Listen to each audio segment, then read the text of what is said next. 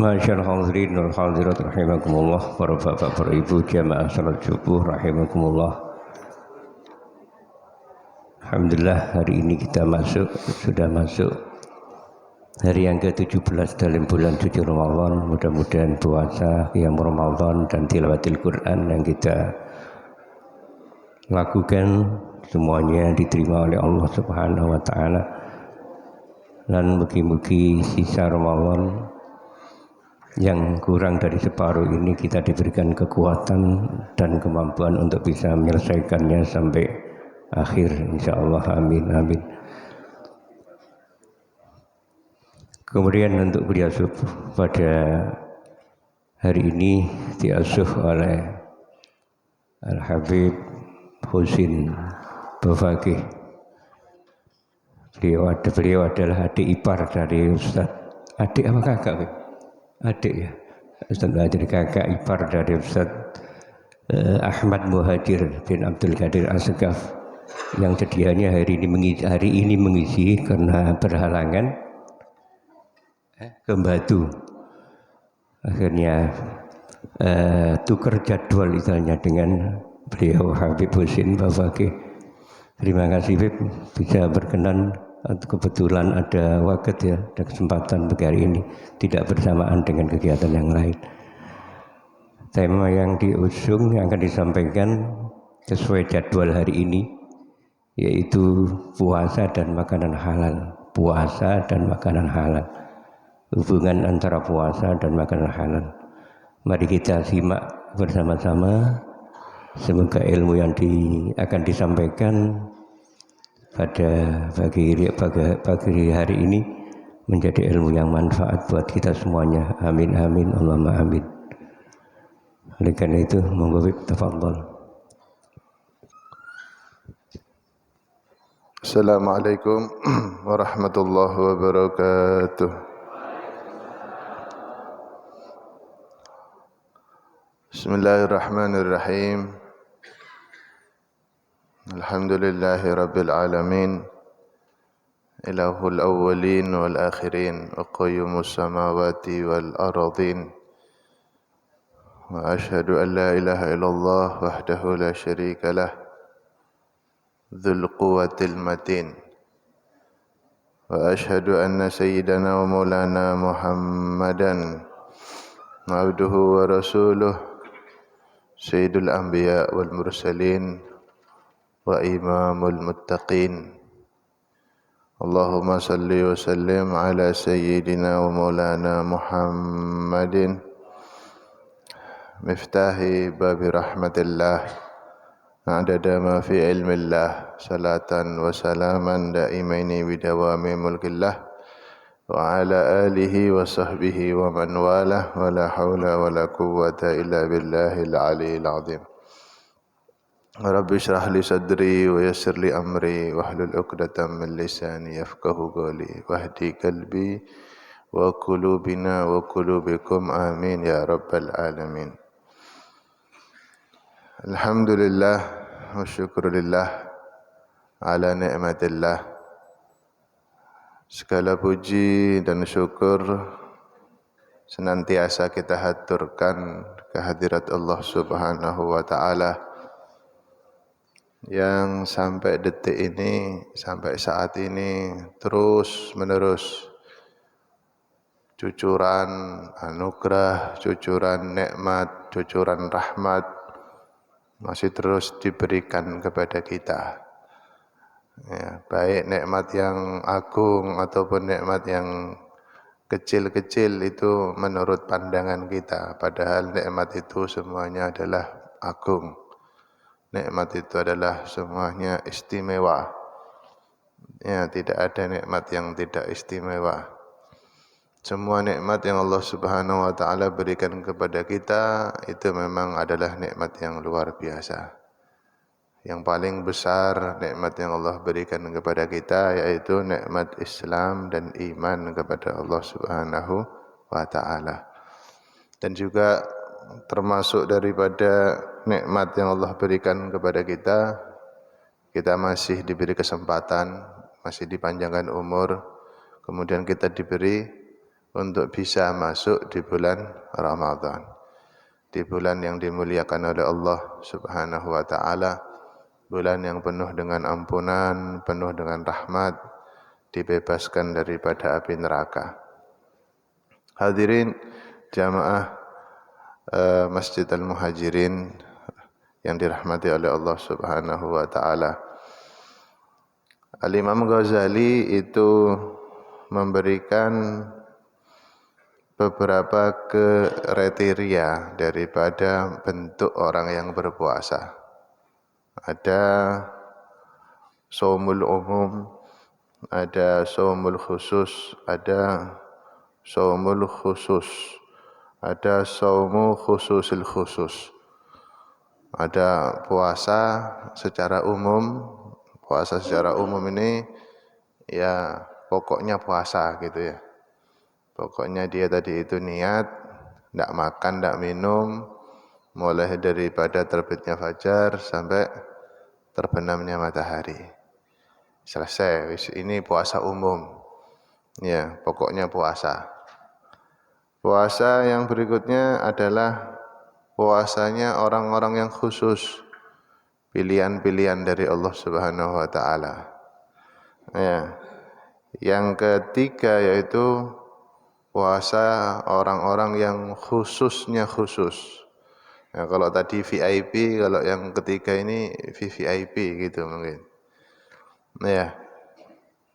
Di sini Imam Ghazali tadi itu kemudian menjelaskan tentang shaumul khusus. Puasa daripada orang-orang khusus. Orang-orang pilihan Allah, orang-orang yang istimewa. Shaumus sholihin, puasanya orang-orang yang soleh. Paling tidak kata beliau, puasanya orang-orang yang soleh itu dipenuhi dengan 6 perkara. Ini minimal. Ya, dipenuhi dari 6 perkara. Yang pertama yaitu ghaddul basar wa kaffuhu anil ittisa fin nadar ila kulli ma yadhummu yukrah. Yang pertama yaitu menjaga pandangan. Jadi kalau puasa umum ya cuma niat dan tidak makan, tidak minum. Cuma menghindari daripada segala sesuatu yang membatalkan ibadah puasa.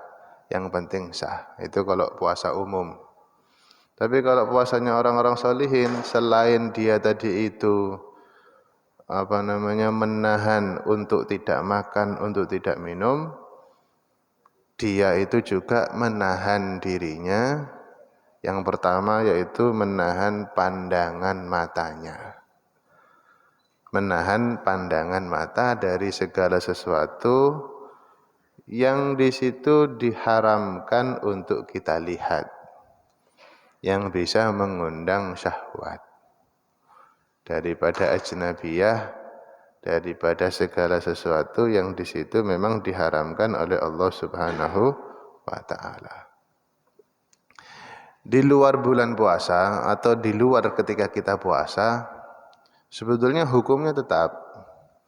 Ya kita tidak boleh melihat atau memandang kepada yang diharamkan. Tetapi ketika kita puasa, maka perintahnya itu, peringatannya itu lebih ditekankan. Kamu ini sedang puasa, kamu ini sedang beribadah kepada Allah, maka kamu harusnya lebih lagi untuk memperhatikan daripada memandang yang diharamkan oleh Allah Subhanahu wa taala. Yang kedua, kemudian katanya Imam Ghazali, yang pertama menjaga pandangan. Yang kedua, hifdzul lisan.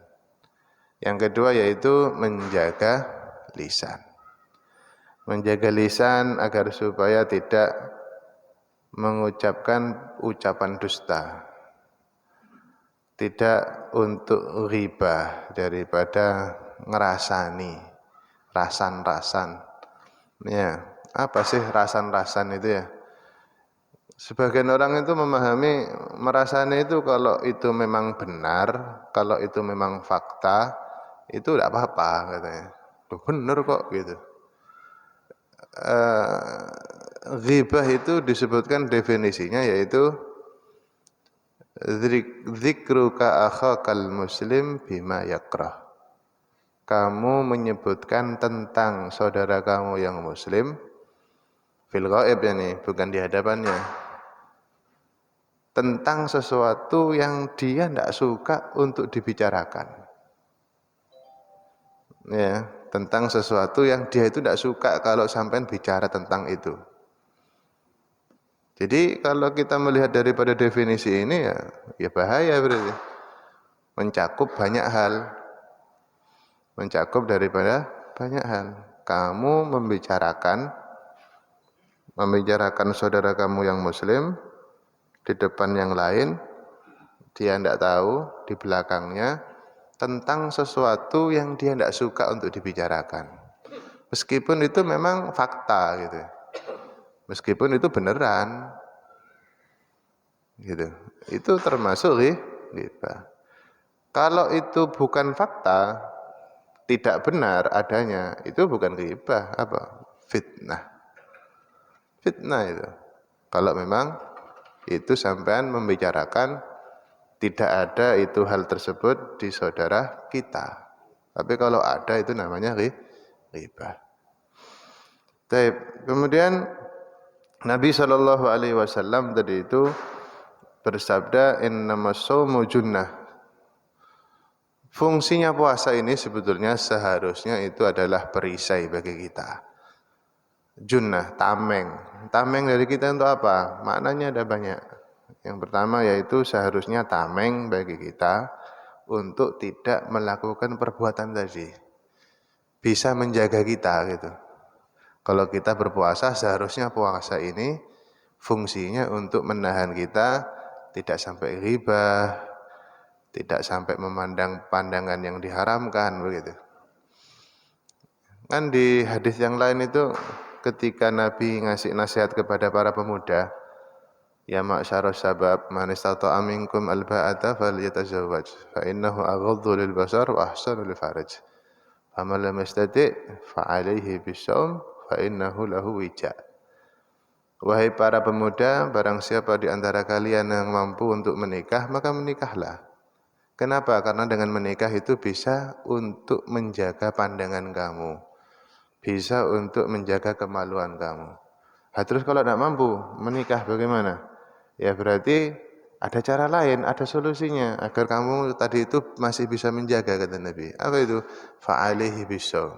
Maka hendaklah untuk memperbanyak puasa. Jadi seharusnya puasa ini untuk menjaga pandangan kita dan untuk menjaga lisan kita.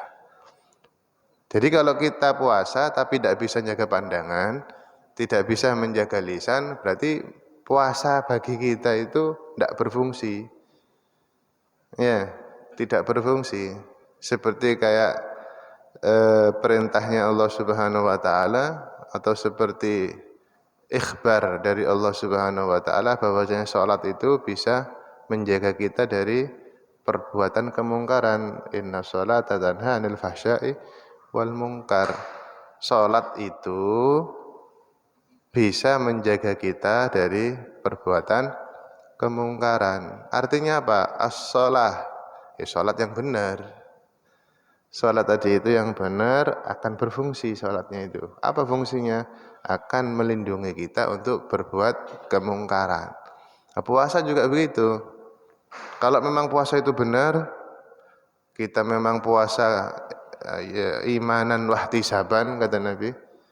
Ya kan? Man shoma ramadhana imanan wahtisaban. Berarti kan agar supaya puasanya itu berfungsi harus bagaimana? Imanan wahtisaban. Baru berfungsi. Fungsinya apa? Nah, tadi itu bisa menjaga pandangan kita. Astagfirullah ya sedang puasa ya gitu. Astagfirullah ya astagfirullah tidak boleh dusta ini saya sedang puasa. Jadi akan menjadi tameng puasa itu. Baik. Yang ketiga, yang pertama menjaga pandangan, yang kedua menjaga lisan, yang kedua menjaga lisan, yang ketiga menjaga pendengaran. Ghibah itu bukan hanya sekedar kita berbicara, termasuk ghibah itu kalau kita mendengar. Karena ghibah itu tidak akan terjadi kalau tidak ada pendengarnya. Ya masa orang itu ngoceh sendiri? Ya kan tidak mungkin. Duduk di dalam kamar terus ngoceh tentang saudaranya gitu ya. Fulan gini. Ya, tidak ada yang dengar kan, ya bukan ghibah namanya. Si ngoceh sendiri kan itu namanya. Berarti ghibah itu bukan hanya sekedar apa? Berbicara, ghibah itu juga mendengar. Sama kayak dusta. Dusta itu bukan hanya sekedar berbicara, dusta itu juga mendengar. Ya, kita tadi itu mendengar daripada pendengar yang sesuatu yang memang kita tidak boleh untuk mendengar, itu diharamkan oleh Allah Subhanahu wa taala sebagaimana itu ghibah itu diharamkan, kita juga diharamkan untuk mendengarnya. Sebagaimana dusta itu diharamkan, ya sama, kita juga tidak boleh untuk mendengarkan kedustaan gitu. Ya. Kemudian yang keempat katanya Imam Ghazali, kafu baqiyatil jawarih anil atham. Yang keempat secara keseluruhan intinya kata Imam Ghazali, anggota tubuh kita, anggota badan kita itu dijaga dari segala sesuatu yang diharamkan oleh Allah Subhanahu wa taala. Oleh karena itu Nabi sallallahu alaihi wasallam pernah bersabda, "Kam min shaimin laisa lahu min shaumihi illal ju' wal atas." Berapa banyak ya orang yang puasa, tidak makan, tidak minum, tetapi dia tadi itu tidak mendapatkan daripada puasanya kecuali lapar, kecuali haus. Tidak dapat apa-apa. Pahala tidak dapat, derajat tidak dapat, penghapusan dosa juga tidak dapat. Kenapa? Karena ya tadi itu, tidak menjaga pandangan, tidak jaga lisan, tidak jaga pendengaran, tidak jaga anggota badan untuk menghindari daripada perbuatan yang diharamkan oleh Allah Subhanahu wa taala. Kemudian kata Imam Ghazali, itu empat ini yang paling penting. Kemudian ditambahi sama Imam Ghazali. Yang kelima, sifatnya orang puasa yang disebut dengan shaumul khusus atau shaumus shalihin. Yang kelima katanya beliau, alla yastakthira minat ta'amil halal waqtal iftar. Hendaknya tidak untuk memperbanyak daripada memakan makanan, ini yang digarisbawahi, tidak memperbanyak makanan yang halal. Ya, ini perlu digarisbawahi ini, tidak memperbanyak makanan yang halal. Kapan? Ketika dia berbuka puasa. Bihaitsu yamtali'u jawfuh, sampai itu memenuhi daripada perutnya. Kenapa? Ya memang jelas itu sudah. Nabi SAW pernah bersabda, tidak ada wadah yang kalau kita isi sampai penuh, yang mana kalau sampai penuh itu berbahaya. Daripada apa? Daripada perut. Apa maknanya? Sampai kalau punya wadah celengan, sampai kalau isi sampai penuh, ya enak, bagus, ya kan, punya celengan sampai. Kotak masjid misalkan, sampai isi sampai penuh, ya bagus, kan wadah itu. Kalau sampai isi sampai penuh bagus. Jadi satu wadah yang kalau diisi sampai penuh itu tidak bagus. Apa itu? Perut. Ya, perut ini tidak boleh diisi sampai penuh gitu. Tapi dari yang halal. Mafhumnya apa yang bisa kita pahami? Mafhumnya, loh bagaimana kalau kita isi dengan yang haram? Yang halal itu loh, kalau kita ngisi perut dengan yang halal, halal ini hasil kerja. Kalau kita isi sampai penuh, sampai dikenyang-kenyangkan itu tidak bagus. Ya, itu berbahaya.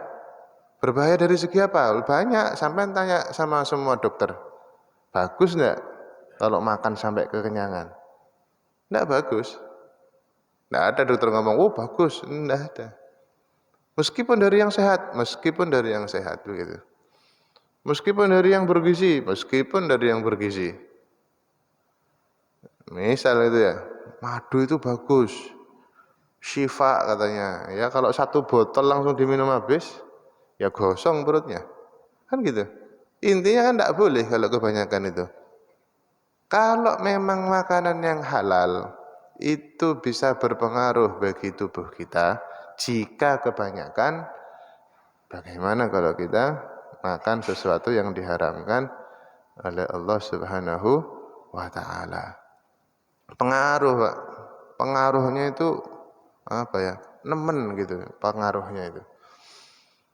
Kalau tidak salah itu Imam Ahmad bin Hambal radhiyallahu taala anhu wa ardhah, Imamul Madhab. Beliau itu bukan apa ya? Kalau bicara itu sedikit ada lak-laknya. Lak-lak itu kayak pengulangan huruf gitu. Padahal beliau fasih orangnya. Suatu saat sahabat Imam Ahmad bin Hanbal ini tanya, wah Imam, mahadha, ini kok bisa padahal kamu ini orangnya fasih. Kalau ngomong itu bagus, tapi kadang-kadang tiba-tiba muncul kayak lak-lak gitu. Jadi kalau ngomong itu Pak fasih, Pak, seakan-akan tidak punya apa ya, tidak punya kekurangan ketika berbicara. Tapi kadang-kadang muncul gitu, nanti hilang. Kata Imam Ahmad bin Hanbal, oh iya dulu ketika saya masih bayi. Kata beliau, apa itu? Ketika saya masih bayi, saya ini nangis. Ibu saya sibuk ngurusi apa gitu ya. Saya nangis. Akhirnya di situ ada seorang budak perempuan yang tidak tahu dari mana, yang tidak menjaga makanannya, yang tidak menjaga apakah yang dimakan itu halal apa haram. Kelihatan saya nangis, kasihan, disusui saya. Ketika disusui, abahnya Imam Ahmad bin Hanbal langsung kaget. Tuh, siapa itu? Tuh, kamu siapa? Enggak, nangis tadi tuan, saya susui. Duh, tahu ini budak perempuan ini bukan orang yang baik gitu. Bukan orang yang jaga makanan halal atau haramnya gitu. Langsung Pak Imam Ahmad bin Hanbal itu yang masih kecil dilogok agar supaya dimuntahkan itu susunya, asinya. Semua keluar sudah ASI dari perut saya, kata Imam Ahmad bin Hanbal. Kecuali yang sudah terlanjur masuk ke perut, yang sudah meresap, itu masih belum keluar. Lah itu, bekasnya itu masih berpengaruh pada diri saya. Bekasnya sedikit padahal. Padahal Imam Ahmad bin Hanbal masih kecil, masih bayi. Pengaruhnya begitu. Ya. Oleh karena itu, kita tadi itu memang harus benar-benar menjaga untuk yang satu ini, yaitu daripada makanan yang halal ataupun makanan yang diharamkan oleh Allah Subhanahu wa taala. Oleh karena itu dalam sebuah hadis Nabi SAW pernah bersabda, "Man akalal halal au ta'at jawarihuhu sya'a am abah." Orang kalau sudah memang makan makanan halal, dirinya itu dibiasakan dengan makanan yang halal. Selalu yang dimasukkan itu yang halal terus. Maka apa efeknya? Efeknya itu mau tidak mau anggota tubuhnya itu akan condong untuk taat kepada Allah Subhanahu wa taala. Taat, semangat untuk ibadah kepada Allah Subhanahu wa taala. Kebalikannya kata Nabi sallallahu alaihi wasallam, "Wa man akalal haram asad jawarihuhu sya'a am aba." Barang siapa orang yang makan makanan yang diharamkan, maka mau tidak mau anggota tubuhnya tadi itu akan condong untuk berbuat maksiat. Ya tergantung seberapa banyak kita memasukkan ke dalam perut kita yang halal atau yang diharamkan oleh Allah Subhanahu wa taala, ya sebanyak itu ajakan tubuh kita untuk berbuat. Oleh karena itu Nabi sallallahu alaihi wasallam pernah bersabda, "Kul ma syi'ta famithlahu ta'mal." Ya, makanlah sesukamu, terserah kamu mau makan apa, terserah. Kul ma syi'ta wa mithlahu ta'mal. Ya, sesuai dengan apa yang kamu makan, kamu akan beramal. Ya, kamu akan beramal sesuai apa yang kamu makan. Maksudnya kalau kamu makan yang halal terus, insya Allah tubuh kamu itu akan mengajak untuk yang positif. akan senantiasa mengajak untuk yang ibadah, nilainya di sisi Allah Subhanahu wa taala. Tapi kalau yang dimasukkan itu haram tok, ya sudah kayak gitu. Ya, tubuh tadi itu akan mengajak si yang punya tubuh tadi itu untuk berbuat yang negatif, yang dimurkai oleh Allah Subhanahu wa taala. Kemudian inti daripada ibadah puasa, ya inti daripada ibadah puasa katanya Imam Ghazali itu memang asirrus saumi itu alju. Ya, inti sari daripada ibadah puasa itu adalah rasa lapar. Tadi disebutkan sifat puasanya orang-orang solehin yaitu apa? Tidak memperbanyak makan di malam hari. Kan gitu. Kenapa? Karena inti daripada puasa itu adalah lapar. Ya, dalam hadis yang lain Nabi Shallallahu alaihi wasallam itu bersabda, "Inna syaitana la yajri fi ibni Adam majrad dam." Sesungguhnya syaitan itu akan menggoda manusia, akan mempengaruhi manusia, akan terus mendekati manusia seperti aliran darah yang ada di dalam tubuhnya. Ya, inna syaitana la yajri fi ibni Adam majrad dam. Apa kata Nabi, bagaimana caranya kita untuk menghambat gerakan setan ini yang sampai seperti aliran darah yang ada dalam tubuh kita? Nabi SAW mengatakan apa? Fadayyiku majariyahu bilju. Maka sempitkan, tutup daripada aliran darah yang dilewati setan itu. Ditutup bukan dengan apa? Tapi ditutup dengan rasa lapar. Ditutup dengan rasa lapar. Bukan ditutup, diputus, dia mati kita. Tidak. Ditutup dengan apa? Bilju, kata Nabi. Ditutup dengan rasa lapar. Jadi sirnya puasa itu di laparnya, Pak. Bukan karena kita cuma sekedar mengosongkan perut daripada maghrib sampai subuh. Bukan. Mulai dari subuh sampai maghrib, bukan. Tapi sirnya puasa itu di laparnya. Artinya apa? Ya siang hari kita puasa, di malam hari jangan banyak-banyak gitu. Sekedarnya ya buka puasa kita makan, kemudian kita ambil barokah daripada sahur agar supaya bisa membantu kita untuk beribadah puasa. Begitu. Tidak mengenyangkan, mengisi full perut kita. Apalagi kalau kita isi dengan yang diharamkan oleh Allah Subhanahu wa taala. Ya tambah kenceng itu Pak setannya itu. Yang ngalir dalam tubuh kita itu ya dikasih pertamak sama sampean. Ya, seperti dikasih pertamak tambah kenceng setannya, tambah semangat untuk menggoda umat manusia. Kemudian yang terakhir, yang keenam katanya Imam Ghazali, sifatnya puasanya orang-orang solihin yaitu ayyakuna qalbuhu ba'dal iftar mu'allaqan muttariban bainal khauf war raja. Kemudian hendaknya kita tadi itu memiliki hati ketika kita sudah berbuka puasa, kita tadi itu masih gundah, masih mengharap kepada Allah agar supaya puasa kita itu diterima oleh Allah Subhanahu wa taala. Memang begitu. Ya, di dalam sebuah ayat itu walladzina amanu wa amilus solihati wa utu bima atau wa qulubuhum wajilah. Kemudian wa qulubuhum wajilah itu dan hatinya mereka itu yang senantiasa masih gundah gitu.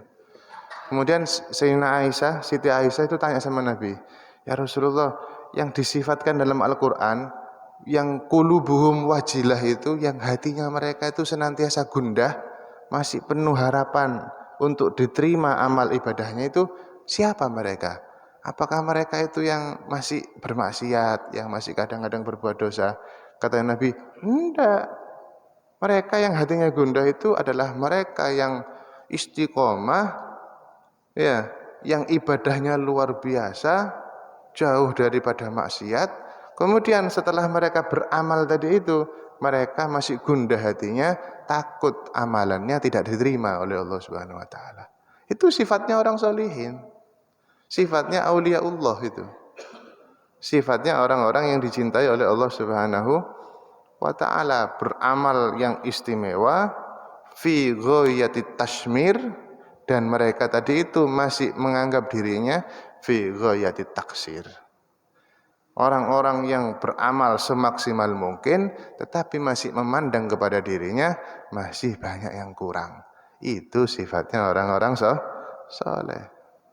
Puasa dijaga pandangannya, dijaga matanya, dijaga telinganya, tidak makan kecuali yang halal. Ya, kemudian semuanya dilaksanakan sama dia. Sudah selesai semuanya, masih menganggap ya Allah, mudah-mudahan diterima puasanya. Kebalikannya, kalau bukan orang-orang soleh, tidak begitu, Pak.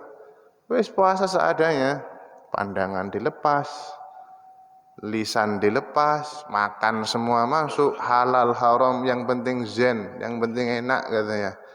Ya, yang penting nikmat, sudah tidak masuk semuanya sudah. Kemudian setelah buka puasa, orang yang begini nih Pak biasanya merasa yakin, pede. Wah, insyaallah diterima, insyaallah. Diterima insyaallah puasanya oleh Allah Subhanahu wa taala. Begitu. Pede biasanya. Orang-orang yang begini ini biasanya merasa kayak hebat gitu. Wah, puasa sudah, wis baca Quran sudah, wis haji sudah ini, sudah itu. Merasa pede sudah. Biasanya begitu memang. Tapi kalau orang-orang yang luar biasa, yang fi ghayatit tashmir, mereka akan memandang kepada dirinya, ya Allah, masih banyak yang kurang. Mudah-mudahan diterima oleh Allah Subhanahu wa taala. Disifatkan dalam Al-Qur'an, wa qulubuhum wajilah. Orang-orang yang begini itu memiliki hati yang senantiasa gundah, meminta, mengharap kepada Allah agar supaya amal ibadahnya diterima oleh Allah Subhanahu wa taala. Kita minta kepada Allah Subhanahu wa taala agar supaya amalan kita diterima di sisi Allah Subhanahu wa taala, dibantu, diberi maunah, diberi hidayah, diberi kekuatan oleh Allah Subhanahu wa taala ketika kita beramal dengan amalan yang fi ghayati tashmir, di dalam amalannya orang-orang soleh yang tadi sudah disifatkan oleh Imam Ghazali. Amin amin ya rabbal alamin. Hadza ma lazima minni al-afu al-taksir. Assalamualaikum warahmatullahi wabarakatuh.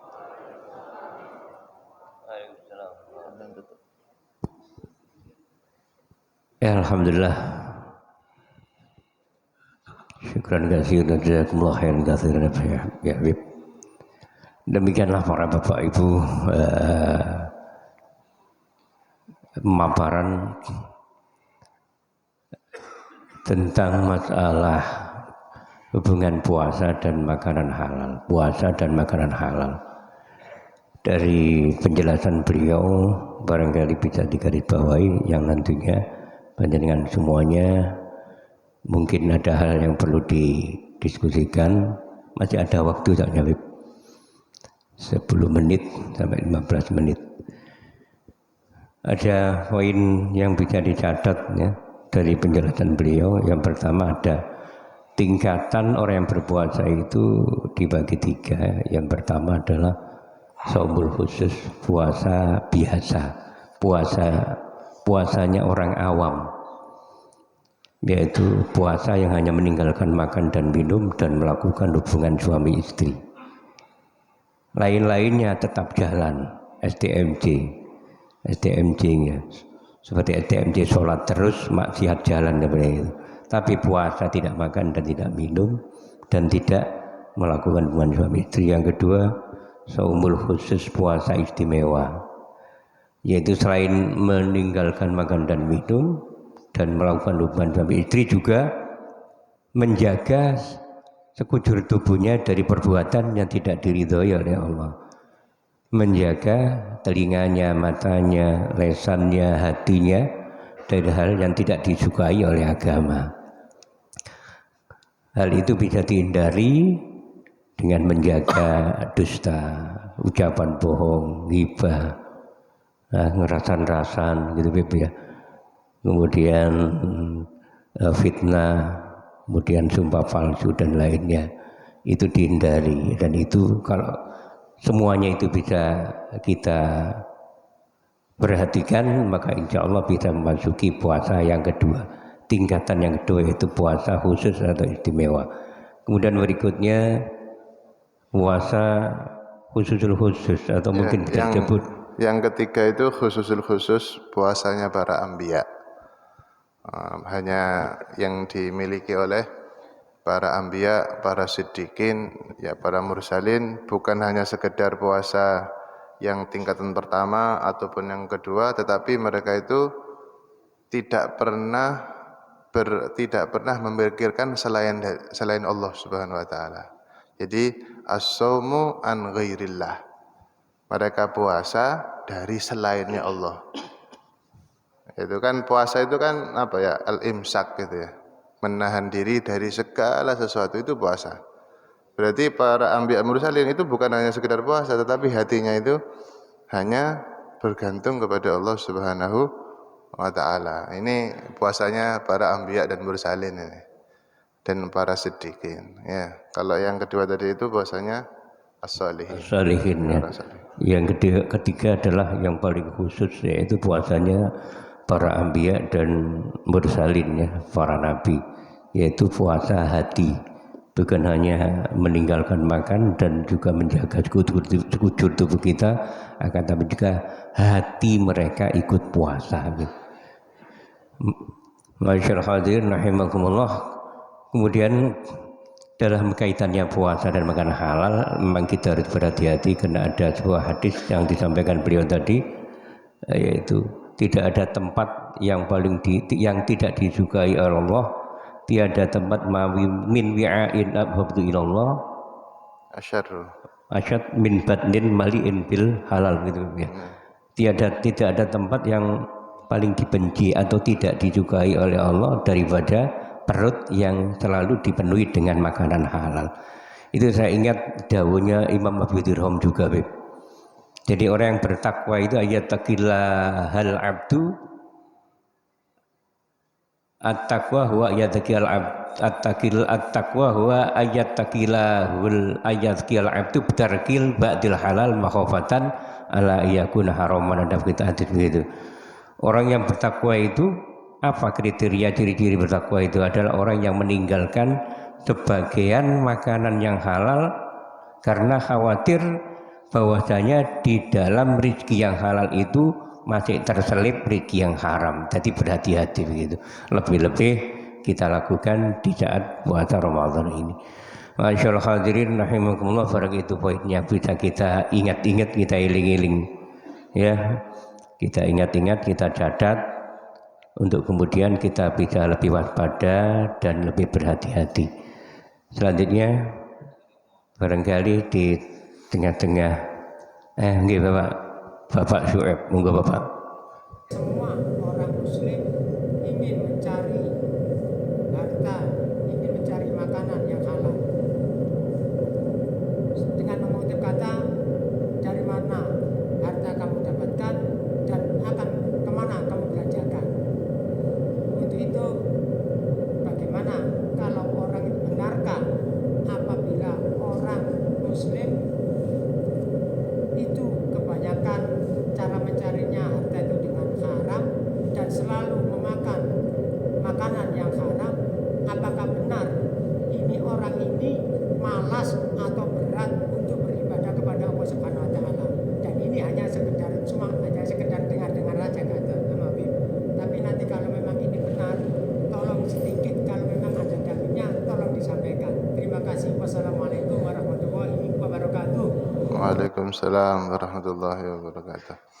Iya, itu untuk yang tadi itu uang itu akan keluar sesuai dari segi masuknya. Itu saya agak lupa itu apakah itu hadis atau makalah daripada para ulama. Kurang lebih ucapannya begini, abal malu ay yakhruja illa min haitsu dakhal. Harta itu tidak akan keluar kecuali dari bagaimana dia masuk. Bagaimana cara kita mendapatkan itu harta? maka harta itu akan keluar ya kurang lebih seperti itu. Misal ada orang mendapatkan harta dari yang haram, tapi kok disedekahkan, ya pasti sedekahnya itu ya riya, mengharapkan pujian, macam-macam loh ya. Gitu. Kurang lebihnya begitu. Ya, jadi harta tadi itu akan keluar sesuai dengan cara kita mendapatkannya. Baik, kemudian tadi ditanyakan apakah benar akan ada pengaruhnya kalau kita mencari harta yang haram, kita pakai, kita makan, itu juga akan membuat kita itu berat untuk beribadah kepada Allah Subhanahu wa taala. Kalau tidak salah saya tadi sudah jelaskan ya. Ya, di dalam hadis itu ada memang Nabi SAW bersabda, "Man akalal halal ata'at jawarihuhu sya'am aba. Wa man akalal haram asad jawarihuhu sya'am aba." Barang siapa orang yang makan makanan yang halal, maka anggota tubuhnya itu akan condong untuk berbuat taat, semangat untuk ibadah. Barang siapa orang yang makan makanan yang haram, maka anggota tubuhnya itu akan semangat untuk maksiat, akan semangat untuk hal-hal yang negatif. Artinya, ya malas ibadah gitu. Malas ibadahnya. Ya, akan malas dia ibadah. Ibadah pun ya itu tadi. Ibadah pun dia tadi itu macam-macam. Ya, tidak ikhlas lah, riya lah, banyak pokoknya. Gitu. Itu efek daripada makanan yang masuk kepada perut kita. Ya mau kita puasa mau ndak gitu. Apalagi kalau puasa gitu, maksudnya begitu. Nah, puasa sudah seharian ibadah kepada Allah Subhanahu wa taala, ketika bukanya dari yang diharamkan gitu. Seperti kita tadi itu minum vitamin seharian, ya begitu kita sehat minum racun gitu Pak. Ibaratnya begitu. Karena kita ini minum vitamin biar seger ini badannya, biar sehat, biar semangat.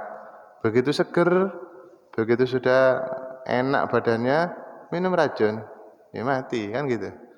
Seharian ibadah kepada Allah Subhanahu wa taala sampai maghrib. Begitu maghrib, makan yang diharamkan. Ini kalau tahu loh ya, kalau tidak tahu kan tidak ada masalah. Maksudnya kita kerja misalnya gitu ya. Kok kita mendapatkan hal itu memang dari hasil mencuri, tapi kan kita kerja gitu. Atau dikasih orang, ya, kita terima misalkan. Tapi yang dikasih itu dihasilkan dari yang diharamkan. Lalu kalau kita tidak tahu, tidak ada masalah. Ya, kita tidak tahu, tidak ada masalah. Seperti kayak tadi itu kisahnya Imam Ahmad bin Hanbal, itu kan tidak tahu juga anak bayi disusui, kan tidak tahu. Cuma tetap ada efeknya.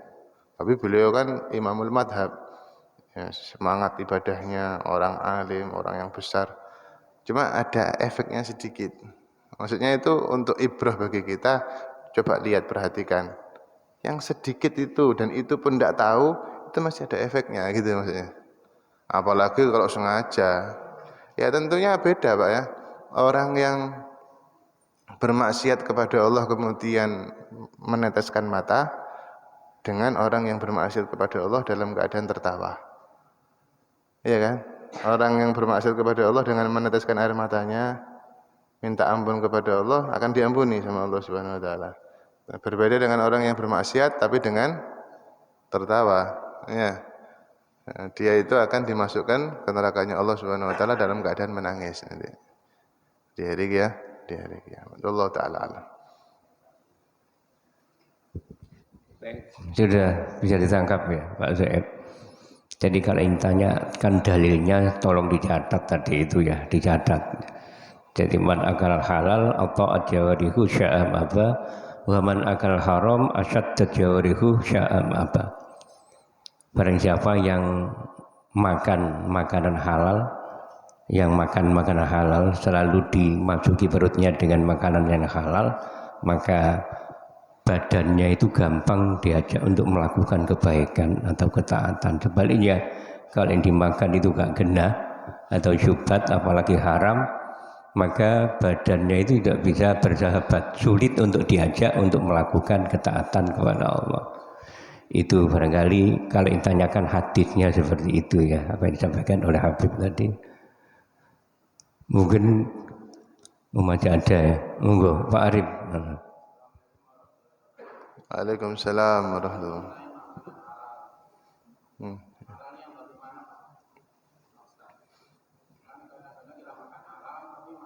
Jadi maksudnya sekarang kan serba instan semuanya. Akhirnya dengan makanan itu timbul seperti penyakit atau akhirnya untuk beribadah ada halangan seperti itu, asam urat atau gimana. Padahal itu hasilnya halal. Apa halal yang thayyiban atau gimana? Halalan thayyiban yang dimaksud ya. Halal dan juga mengandung gizi yang tinggi gitu. Kurang lebih begini apa untuk pendekatan. Kalau suatu saat begini, ada khalifah daripada Amirul Mukminin. Siapa namanya? Umar bin Abdul Aziz. Umar bin Abdul Aziz, salah satu khalifah saleh. Umar bin Abdul Aziz ini mungkin sekedar tambahan Pak ya. Yang pertama kali punya ide untuk mengumpulkan hadisnya Nabi sebelum Imam Bukhari.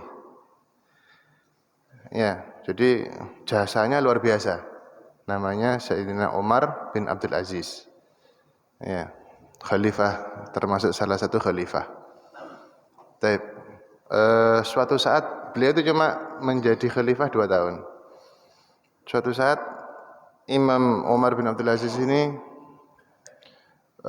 di malam hari musim dingin makan kacang hijau. Makan kacang hijau. Kalau kita ngomong bubur kacang hijau gitu ya. Dalam keadaan perut kosong. Wallahu alam ya. Disebutkan dalam kitab itu kalau kita makan kacang hijau, perut kita ini kosong, itu bikin kembung. Sama perut itu bikin kembung. Tidak sehat lah bahasanya. Seperti kalau sampean itu pagi-pagi makan apa? Yang punya mah ketan gitu ya. Kopi, minum kopi. Ya, pokoknya gitulah yang tidak sehat ya. Kemudian ada salah satu daripada sahabatnya gitu ya, tanya sama Sayyidina Umar bin Abdul Aziz. Sayyidina Umar, bukankah kalau makan apa namanya kacang hijau itu bikin kembung gitu ya? Kok dimakan gitu ya? Bukankah kita tadi itu disebut untuk apa namanya diperintahkan dalam Al-Quran untuk memakan makanan yang thayyib, makan makanan yang bagus gitu yang sehat, yang menyehatkan, yang bergizi. Ada dalam Al-Quran, itu saya lupa ayatnya di Al-Quran. Kulu mimma razaqakumullahu halalan thayyiba. Ya itu. Ada kulu mimma razaqakumullahu halalan thayyiba. Pokoknya ada perintah untuk memakan makanan yang sehat gitu ya. Ini kan tidak sehat. Maksudnya begitu. Kenapa kamu makan? Ya. Kemudian Sayyidina Umar bin Abdul Aziz mengatakan, ini yang aku ada. Yang aku punya ya cuma ini toh. Yang lainnya tidak ada. Ini seorang khalifah, pemimpin waktu itu. Tidak punya makanan kecuali kacang hijau. Akhirnya dimakan kacang hijaunya. Gitu. Kembung, perutnya kembung waktu itu. Habis makan itu kembung perutnya beliau. Kayak kembung, angin tok isinya. Akhirnya ditanya, dinasihati sama temannya, bukankah tidak boleh kalau makan makanan yang tidak sehat itu? Katanya. Loh, bukan itu maksudnya yang thayyib itu. Yang thayyib itu maksudnya yang halal. Halalan thayyiban itu bukan menjelaskan daripada apa namanya yang halal itu adalah yang sehat gitu, bukan. Tetapi apa? Halal itu pasti thayyib gitu. Halal itu pasti menyehatkan secara batin. Yang penting halal, insyaallah itu akan bermanfaat bagi kita. Dari segi ibadah ya, dari segi batin. Kalau dari segi zahir, tadi itu kan masih sakit perut beliau. Iya kan? Masih sakit perut kan, masih kembung dia. Artinya dari segi zahir, kita tadi itu diperintahkan dalam hal lain seperti kayak ada firman-Nya Allah, wala tulqu anfusakum ila tahlukah. Janganlah kamu tadi itu membuat celaka kepada diri kamu. Kan tidak boleh kita. Kalau kita itu tahu bahwasanya ini makanan yang kita konsumsi ini berbahaya bagi kita, katanya para ulama, selama itu bahayanya tidak instan tidak langsung bisa berbahaya bagi kita, itu masih boleh. Meskipun itu jangka panjang nanti berbahaya gitu kan ya. Nah, itu masih boleh, tapi kalau langsung membahayakan sekarang, berbahaya dalam jangka pendek, ya itu baru tidak boleh, kan begitu. Maksudnya itu bisa membuat tubuh cacat atau bisa membuat nyawa itu hilang kalau kita tetap memakannya, tidak boleh hukumnya. Itu maksudnya begitu. Tapi tidak boleh bukan karena itu tidak halal, tetapi tidak boleh karena memang ada perintah yang lain. Wala tulqu anfusakum ila tahluka. Janganlah kamu menjerumuskan diri kamu menuju kehancuran. Maksudnya menuju kematian atau kecacatan gitu. Tidak boleh, Pak. Tiba-tiba kita misalkan loncat dari atas agar supaya kaki kita patah, kan tidak boleh. Kita makan sesuatu agar supaya kita sakit juga tidak boleh. Ya, bukan karena makanannya itu haram, bukan, meskipun dari makanan yang halal. Kalau kita memang itu menyebabkan kematian, tidak boleh gitu. Kita untuk mengkonsumsinya bukan karena itu makanannya tidak halal, tetapi memang karena kita tidak boleh untuk menjerumuskan diri kita menuju ke kehancuran gitu ya. Menuju untuk sakit gitu, tidak boleh. Tapi kalau kayak tadi itu micin itu ya, instan ya, yang dalam jangka panjang itu bisa berpengaruh dari kita. Ya sebetulnya kalau kita mau sehat ya harus dihindari kan gitu ya, harus dihindari. Tapi keterangannya para ulama itu kalau memang bukan berpengaruh sekarang, masih jangka panjang lagi, itu masih tidak ada masalah, meskipun hukumnya tadi itu lebih baik untuk kita hindari gitu ya. Karena memang semua yang kita dapatkan ini ya gara-gara apa yang kita lakukan, ya kan? Apa yang kita dapatkan ini gara-gara apa yang kita lakukan. Kepinginnya instan. Nah, orang-orang dulu kan enggak, Pak. Orang-orang dulu itu hidupnya sehat semuanya. Ya. Penyakitnya sedikit, sekarang kan macam-macam penyakitnya. Ya kan? Gara-gara kita sendiri kepingin yang cepat-cepat. Kepingin yang cepat, serba cepat semuanya. Ya kan? Ya begitu. Ya harus kita tanggung resikonya karena kita memang ingin cepat-cepatan. Ya, tapi selama itu tidak membahayakan kepada kita, seperti kayak racun tidak boleh. Ya, karena itu membahayakan kepada kita. Itu memang hukumnya haram meskipun halal. Meskipun maksudnya halal itu kayak suci gitu ya, bukan yang dari najis. Nah, misalkan sesuatu yang beracun, ini tidak boleh. Nah, ini dimakan, ini sama ini, itu bisa beracun, bisa membuat kematian, tidak boleh sampai makan. Gitu. Wallahu a'lam, kurang lebihnya begitu. Jadi beda ya, harus kita bedakan, ini halal, ini haram, kemudian pengaruh efek kepada tubuh kita, itu beda, harus kita bedakan. Ini halal, perintah yang pertama, kulu minat thayyibati ma razaqnakum. Ya. Lima razaqakumullah halalan thayyiba. Makanlah kamu yang halal, itu perintahnya. Kemudian untuk yang berikutnya, wala tulqu anfusakum ila tahluka. Janganlah kamu membuat celaka kepada diri kamu. Tidak boleh gitu. Tapi kalau memang itu bisa membahayakan kepada kita. Wallahu a'lam. Kurang lebih begitu.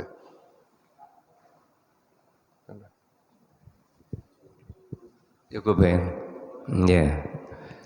Kalau ada pertanyaan lain ya bisa ditunda di waktu lain ya, karena waktunya sudah habis ya. Bisa lewat lewat grup mungkin pertanyaannya, atau langsung atau lewat saya kalau memang ada masalah yang terkait dengan hubungan antara puasa dan makanan yang halal. Para rawuh sedaya ingkang kula mulyakaken, demikian pengajian pada pagi hari ini, mudah-mudahan ilmu yang disampaikan oleh beliau sekali lagi menjadi ilmu yang manfaat ya. Semoga bisa kita amalkan dalam kehidupan keseharian insyaallah, amin. Dan terakhir bagi penutup, marilah kita jaga makanan dan minuman yang halal, jangan sampai kita terjebak ke makanan dan minuman yang tidak diridhoi atau dilarang oleh agama dalam rangka untuk meningkatkan dan menguatkan atau meringankan ibadah kita gara-gara makanan yang tidak jelas. Para jamaah sekalian, mari kita tutup pertemuan kita pada pagi hari dengan doa. Doa, monggo. Doa. Bismillahirrahmanirrahim. Alhamdulillahirabbil alamin.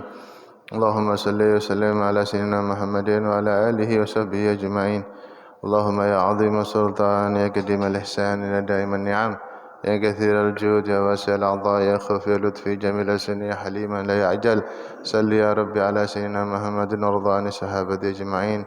اللهم لك الحمد شكرا ولك المن فضلا وأنت ربنا حقا ونحن عبيدك رقا وأنت لم تزل لذلك أهلا. اللهم يا ميسر كل عسير ويا جابر كل كسير ويا صاحب كل فريد ويا مغني كل فقير ويا مقوي كل ضعيف ويا مأمن كل مخيف يسر علينا كل عسير فتيسير العسير عليك يسير. اللهم يا من لا يحتاج إلى البيان والتفسير حاجاتنا إليك كثير وأنت عالم بها وبصير وخبير. اللهم إنا نخاف منك ونخاف منك وخاف منك يخاف منك نجنا ممن لا يخاف منك. اللهم بحق سيدنا محمد صلى الله عليه وسلم احرسنا بعينك الذي لا تنام واكنفنا بكنفك الذي لا يرام وارحمنا بقدرتك علينا فلا نهلك وتثقتنا ورجاؤنا.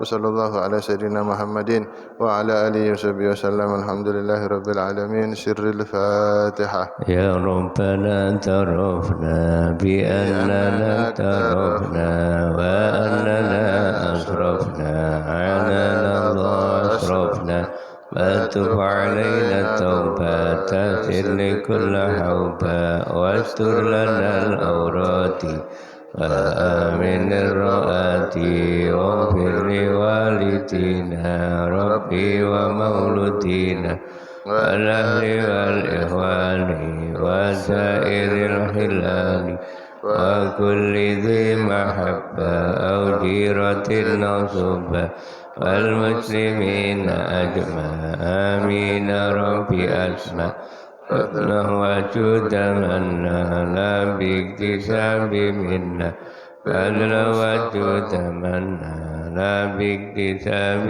منا بالمصطفى الرسول نحو بكل سول صلى وسلم ربي عليه التحبي وآله وصحبه عداد طش السحب. والحمد لله في البدء والتناهي. بسم الله توكلت على الله لا حول ولا قوة إلا بالله. بسم الله توكلت على الله لا حول ولا قوة إلا بالله. بسم الله توكلت على الله لا حول ولا قوة إلا بالله العظيم. والحمد لله رب العالمين.